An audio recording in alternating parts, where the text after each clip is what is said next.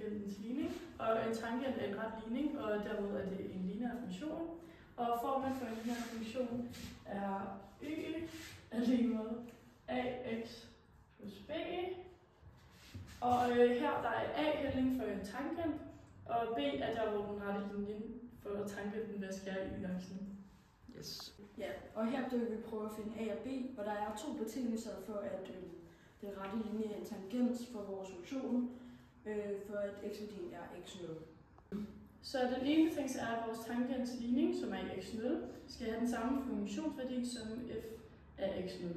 Den anden betingelse er, at når vi differentierer vores tangents ligning, y mærke af x, og vi finder ud af, hvad hældning er i punktet for x er lige mod x0, så skal det være det samme som vores funktion f mærke af x0.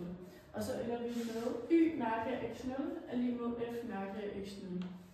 Og ud fra denne betingelse får vi hældningstallet, hvilket vil sige, at den overstående betingelse er den samme som a i den retlignende model, som er y mærke x0 er lige med f mærke x0 er lige med a.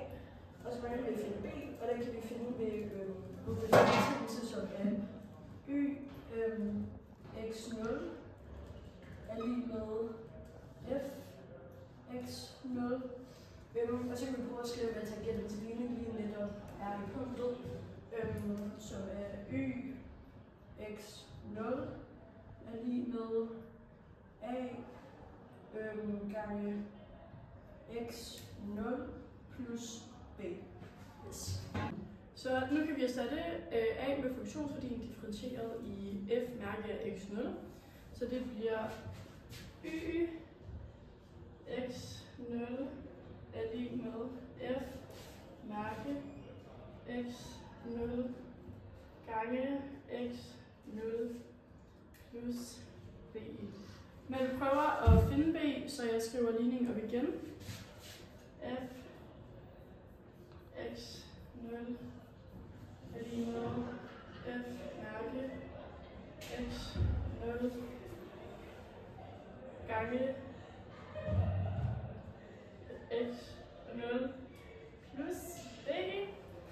Og dermed for at finde b, så vil vi isolere b. Så det bliver b er lige med f x0 minus f mærke x0 gange x0. Ja, så nu har vi fundet a og b i modellen for den rette linje, som skal være tangentens punkt for x er x0, og der skal være den anden med parentes x0, f x0. Og det vil sige, at tangentens ligning